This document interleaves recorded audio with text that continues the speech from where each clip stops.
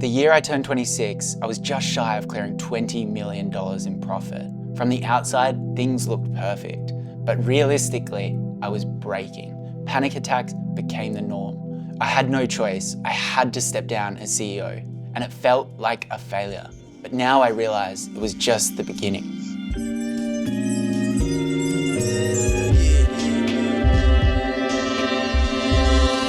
Now I'm building something new, Daily Mentor, and it's the most fulfilling work that I've ever done because I don't want founders to go through what I went through. I got up at 2:50 this morning. I was so excited. I was just like, there's so much to do, so much to see. Just the top tip, all you need to do is go make millions of dollars, buy a farm, and then get the fuck out. That's all you've got to do because you'll be happy, zen, plus free.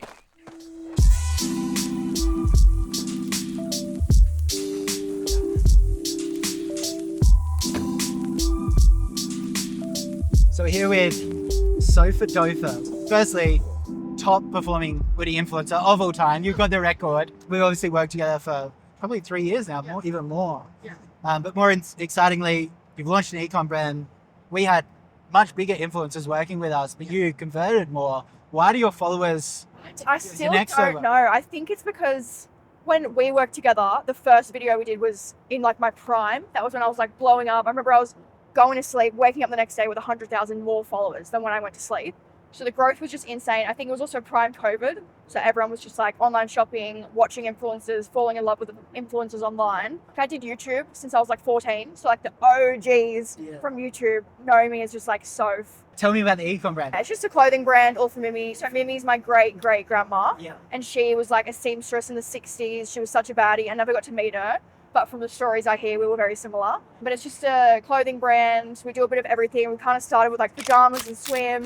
And now we're kind of refining our collections, making it more seamless. But who designs the clothes? Me. So we have a designer, but I'm creative in other ways, but I can't draw what I want. I can like tell you. So we have someone, I tell them what I want, and they draw it up.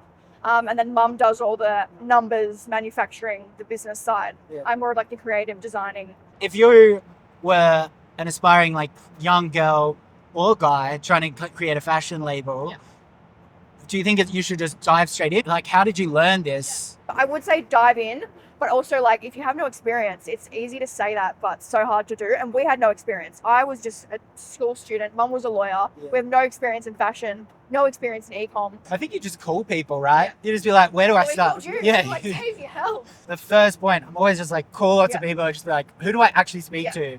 Because if they can't help you, they'll know someone. Yeah, and that's the thing that we're good at, is being like, we don't know. We need someone, the professional to help. So what would be your top tip to grow a social media? Like start on Instagram, find a passion. How do you do it? Well, I think when I started on YouTube, I was trying to just be another YouTuber that I watched. And now I look back and I'm just like, no, like, what are you doing? Like, they're already out there. No one's going to watch two people the exact, like, trying to mock someone else. So I think completely be yourself, stick true, especially with brand deals. I have had influencer friends before, and they'll be like filming like at a getaway. They'll be like, oh, I just need to film something. And I'm like, oh, is that good? They're like, I don't know. It's the first time I've used it. Like, I just signed the deal. And I'm just like, oh my God, like I just couldn't. And I could just see, and I'm just like, oh my God, this is so sponsored. Like, I know you don't use that. And I don't know how I know, but I just find it so obvious. Well, it comes like a lot of communication comes through body language rather than what's actually being said. It's just and I think the audience can pick that up straight away. So obvious. So I think don't just say yes to everything. Stick true to yourself and don't copy anyone else. Well, you're a wealth of knowledge. I would put money that you have a $20 million brand within 1-2 years. Yeah, all right. We'll come back. Well, you're 21 and you're crushing it. So I'm happy you're part of Daily Mentor. See, Daily Mentor, that's what we'll do it. I love it. But I'm excited to take the meet up. It should be good. We're in Melbourne. We've got the car checked into Airbnb and we're heading to a Daily Mentor meetup. There's going to be $70 million founders here, which is quite a lot. But Melbourne is this kind of central hub. I'm super pumped. There's going to be so many good e-commerce questions. Why do you think with e-com, like, it seems like a lot of people struggle at like 2 million, they get to 2 million or 3 million or 1 million. and then they're trying to get to like 10 million and above. Yeah. I feel like that threshold seems to be a large challenge for a lot of people, and it seems like Because their fundamental business that they started was a $5 million business. Because they picked a $5 million product and they're doing dropship arbitrage with no lifetime value, and they've got one business, so the constraint on their business is Facebook advertising. There's no other alternative where to take it. Competitors flock in. Dropshipping trends last 2 to 3 years and it goes down. But if you can create a product flywheel or pick a unique product that it takes the retailers 4, 5, 6 years and you can build a brand first, that ceiling is more like, well, the difficulty ceiling is more at like the $100 million mark if you do it right. So it's like, sure, we excel past the $5 million if we start a dropshipping business? Sure, but it's very, very difficult. Can you excel at ecom business past $100 million? Sure, it's just very, very difficult because you need brands, the fundamental skill sets that you need to learn, the constraints that you need to get over are more difficult. But all of the tutorials out there are teaching people how to build a $5 million brand. So of course, people are building $5 million brands. Then there's no other tutorials. So the skill sets that got them to 5 million, there is no, people struggle to educate themselves how to take it further, which is kind of like what this event is good for, because you meet people that have already done it and you're like, what did I do? And they'd be like, oh, we hired a creative strategist here. Or I hired a head of growth to fix my CRO. Or more importantly, probably for most people in dropshipping, is a head of product. It's like they actually created a product flywheel for us that made it go further. There's something special about face-to-face meetings that digital just can't replace. All the pretense falls away and you find information through discussions that can't be found online. Met a whole bunch of new friends there, and I've just been able to work on my business and, like have fun. It's been super good. What have you been enjoying most about the business? What have I been enjoying most? Mainly just like being everywhere and going everywhere. Cause I got to see you as well in Shark Tank. I got to do, TEDx. I've met so many new people. I'm only 15 years old right now. So crazy. Who knows when I'm 18, 22, who knows? I could be doing so much cool stuff. Yeah, the world's your oyster, man. It's just you can have anything you want. You just can't have everything you want, right? Yeah. You just got to pick one. While I've got everyone here, just want to say thank you so much for coming. Thank you to our lovely coaches. You guys make this community so great. But also, thank you so much to all of you guys. Obviously, when I started e-commerce, I really didn't know what I was doing. You guys really do know what you're doing. You should be very, very proud. I think too often we look at people that have come before us and succeeded a lot, and we hold them on this other standard that really they don't deserve. You guys are all on the path that I've just done, and I'm just feel so privileged to be able to help you get to the next stage. So thank you very much. Oh yeah, come on, come on.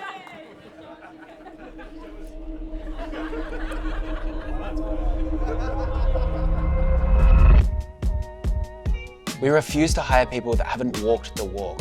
And Tom, who I'm training with this morning, is the perfect example of that, running his $100 million company, Archie's Footwear. How'd you come up with the idea? So it was my brother, who's a physiotherapist, and he just had people come in saying, I've got sore feet. When we first started, didn't know what CAD was. The first design was made out of clay. Oh my CAD, gosh. so green. So did that, and then first started selling end of 2014 at the local markets in Echuca. Sold 83 beds. And it was like, the boys, we made it. Oh, man. And then down to Melbourne, and sales weren't as good. We were like, what's happening, sort of thing. And we just sort of learned, you need that market of people who are willing to spend money, and that was at the Echuca market, being a little bit touristy sort of thing. Yeah, consistent 100% growth. It wasn't like 300, 200, 100.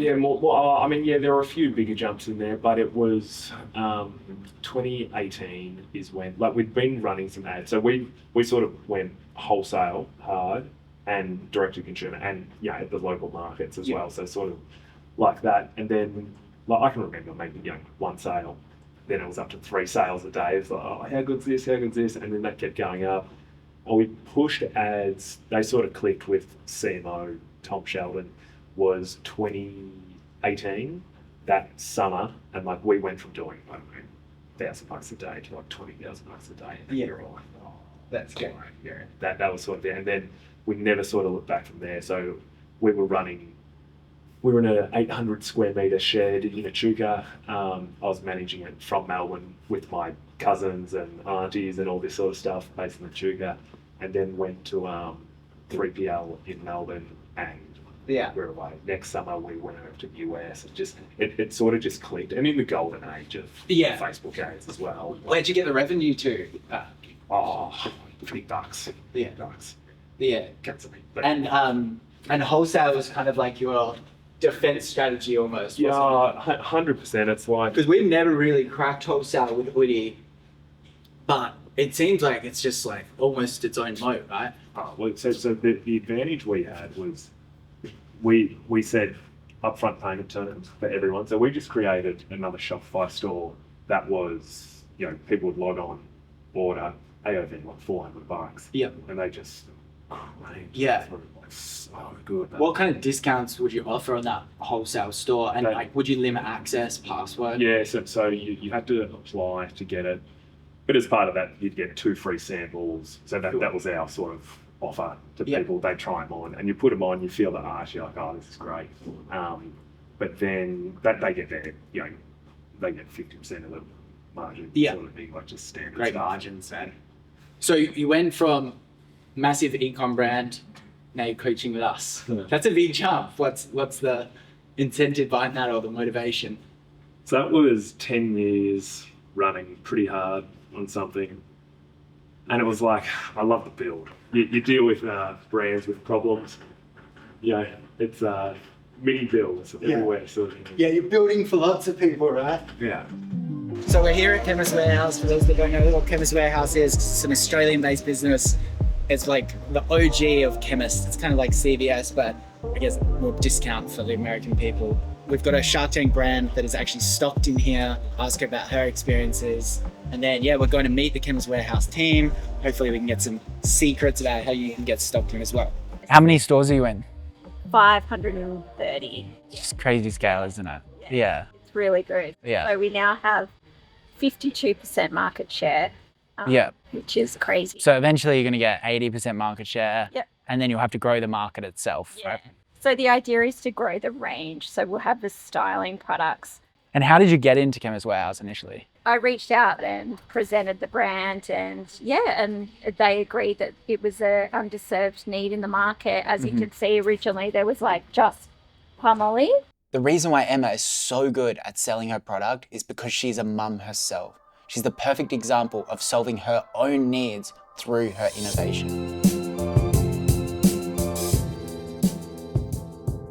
So that was really cool. The main conversation was about the reverse merger that just happened with Sigma and Chemist Warehouse. A reverse merger is where, rather than you listing your company on the stock exchange, you buy a company that's kind of already, or the company that's already on the stock exchange buys you, but you're generally larger. So it's just a quicker way to get on the stock exchange, and they've just opened up a ton of extra distribution, retail stores.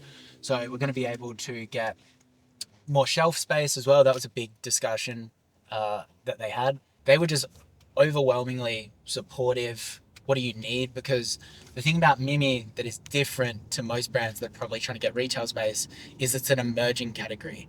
All of the other brands on there are bright orange or green or something like that, with like a minion or something like that, and you wouldn't even wash your dog with that product because there's so much toxicity. We've sprayed the competitors' products on plants before and the plants have died straight away. We sprayed the product of Mimi on the plant and obviously nothing happened because it's so natural. So they're just big believers in the product, which I think you want your retailers to actually really support you in the trajectory.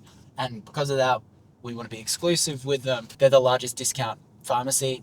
So, we just want to kind of grow together and build that relationship. Everything in business is about relationships. You don't want to just go to the cheapest 3PL or work with the cheapest supplier.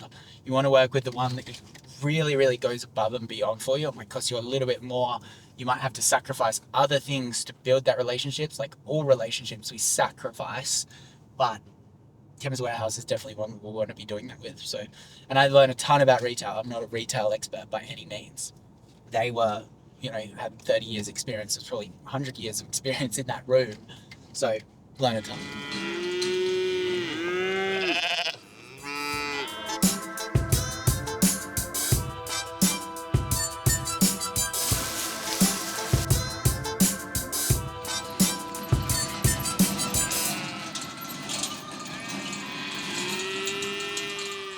It's so good to be able to just make your home really, really beautiful and buy things that you really, really want. At the end of the day, that's what it's all about. That's why we work so hard, because then we can make a beautiful home for the people we love. If your payment is just constant work, just constant obsession, long nights, sleepless nights, then everyone around you gets lifted up. And that's what it's all about.